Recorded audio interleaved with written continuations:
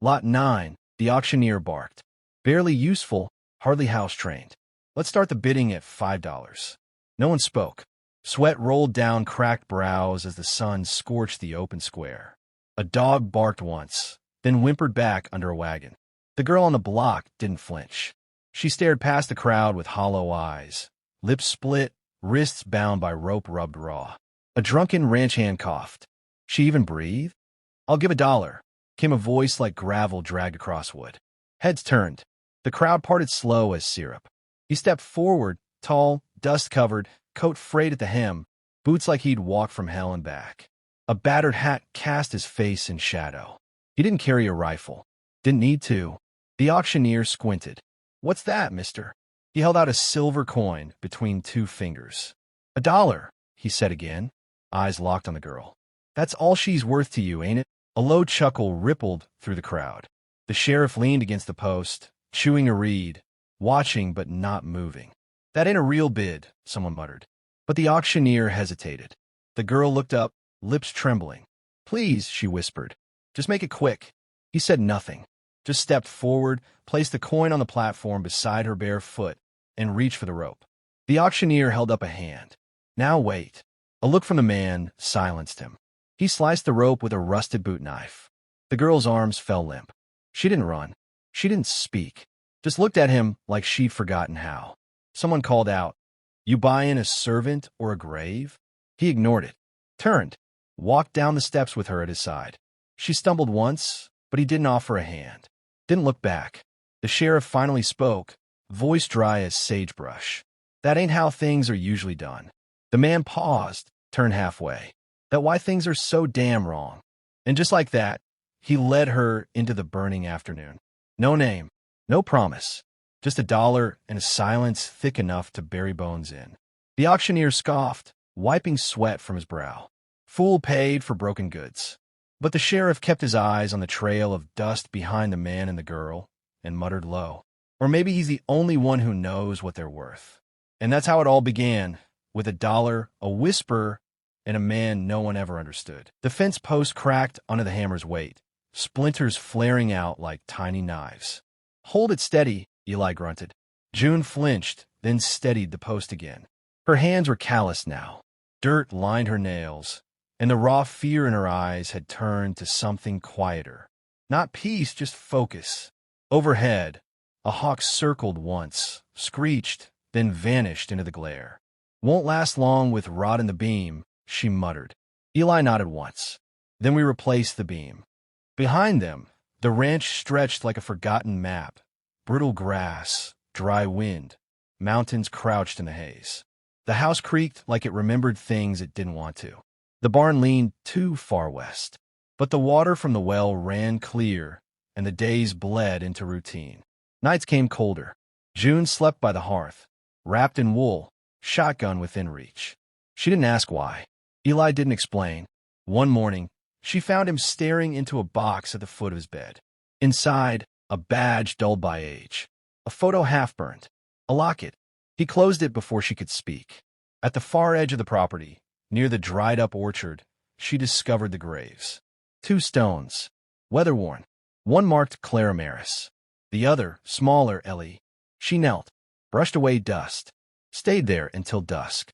"Back at the house," she asked. "You love him?" Eli didn't look up from the fire. "Still do." He didn't say more, but the silence said everything. 3 nights later, a knock came at the door. Eli opened it slow, hand already resting near the Colt on his hip.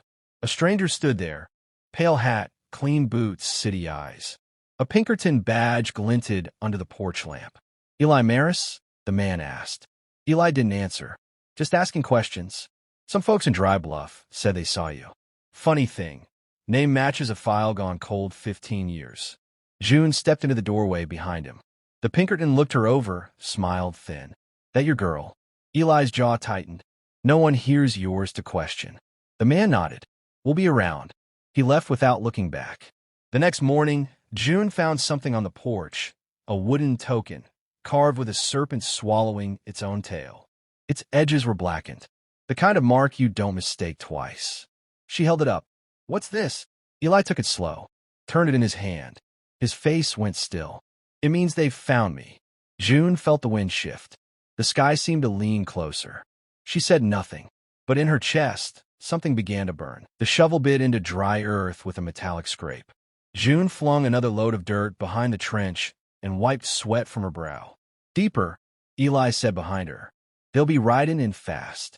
She nodded, didn't speak. Her hands were blistered. Her dress tore at the hem. She hadn't slept in a day. Across the yard, the barn doors groaned open. Eli let out 3 horses, covered their flanks with old saddle blankets, then loosened the hinges on the main gate. Every move had purpose. Every sound was swallowed by the wind. Near the house, glass bottles filled with kerosene and nails lined the porch. Shells were stacked in crates beside the door. One shotgun sat in the window frame, barrel angled toward the ridge. June picked it up and checked the chamber. Eli watched her, then handed her a smaller pistol. Last shot's yours, he said. Not theirs. She took it, said nothing. Inside, the fire crackled low. She sat at the table and traced the edge of a folded letter she found under Eli's cot. Paper worn thin, corner burned. She read aloud. To the Marshal of Fort Revere, I am resigning. I failed my family, and I will not wear the badge again. My name ain't Justice anymore. It's just Ash. June stared at him across the room. So it's true. Eli sat, slow, like every movement carried weight. It's all true. The vultures killed your wife. Your daughter. He didn't nod. Didn't deny it. You tracked them down, she said. All but one. His eyes met hers, cold, steady. Kane Vorn. I spared him. Didn't feel like a man no more. Figured if I quit, the blood'd stop. June leaned forward. And you thought it would? Eli glanced out the window. No, I just hope. She stood, pulled open the cabinet door he always kept locked. Inside, a long-barreled rifle, cleaned and oiled, and a leather holster that hadn't been touched in years. She ran her fingers over the initials carved into it. CM. You kept her gun. I kept everything, he said. Outside, a wind kicked up, the kind that smelled of iron and storm. Eli stood, picked up the rifle. They'll come before sunrise. June looked toward the horizon. Her jaw clenched. Then I'll be ready. Eli studied her, saw something in her eyes that hadn't been there before. You ain't the same girl I pulled from that auction. No, she said. And you ain't the man who let Kane Vorn live. A long silence passed between them. Then Eli nodded. Let's make him bleed, then. The first rider dropped before his boots hit the ground. June saw it through the haze. Eli's rifle kicked once, then again. A second horse bucked wild. Its rider slumped sideways, blood misting into the wind. 5 left. Kane Vorn pulled his mount to a halt near the ridge, coat flapping like torn sails. His eyes, black as coal, scanned the ranch. He raised a gloved hand. The others split wide, circling like wolves. June ducked behind the porch railing, shotgun cocked, heart hammering against her ribs. She caught Eli's glance from the window, calm, measured. A nod, then chaos. Gunfire cracked the silence apart. One of the vultures charged the barn and vanished in a fireball. Flames roared skyward as Eli's trap took hold. Screaming, then nothing. June sprang up, fired both barrels. Another rider spun off his horse, tumbling hard. Still, 3 left. They returned fire. Wood splintered. The porch railing shattered. June rolled, reloaded, breath ragged. Left side, Eli shouted. She turned. Too late. The outlaw was already on the porch. He raised his revolver and froze. Eli stood behind him. One clean shot. The man folded like paper. Then Kane Vorn stepped through the smoke. He didn't run. He walked, slow and heavy, dragging his spur across the gravel with every step. His revolver gleamed. His serpent tattoo curled up his throat like a burn. You're older, Kane said. Eli stepped off the porch, rifle gone. Just the Colt now. So are you. Kane grinned, teeth yellow twisted. Still think you got justice on your side? No, Eli said. Just a promise. They drew.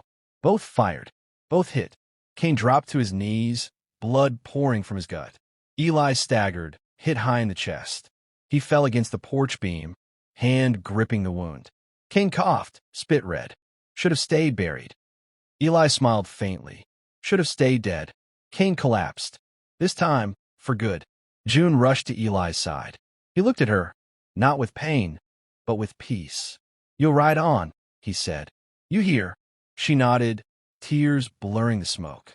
He pressed something into her hand, the silver dollar. Freedom's always worth something. His breath left him then. Soft. Final. June buried him at dawn, beneath the tree line, next to Clara and Ellie. No words, just the wind and the sky. By noon, she rode out, Eli's long rifle strapped to her back. Her eyes sharp, the dollar tucked into her coat. Some say she became a marshal, others an outlaw. But they all agree. She was the last student of the Widowmaker, and she made damn sure justice never died alone.